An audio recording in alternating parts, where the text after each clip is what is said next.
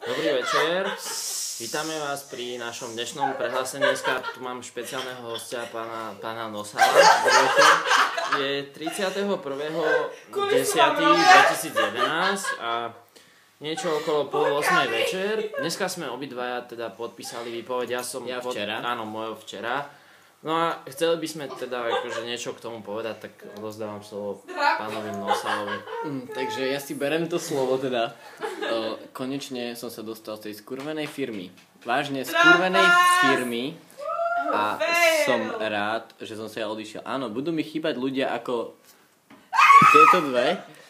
Ale áno, som rád a dneska som si povedal, že veľa nepijem. Hlavne iba oslaviť náš odchod.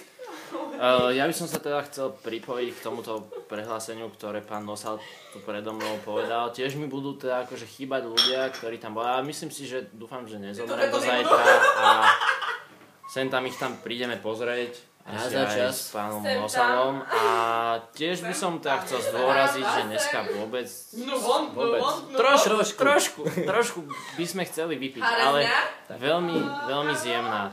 Takže nám určite zajtra podáme ďalšie informácie a ako sme dopadli vlastne a týmto pádom sa s vami lúčime. Dovi?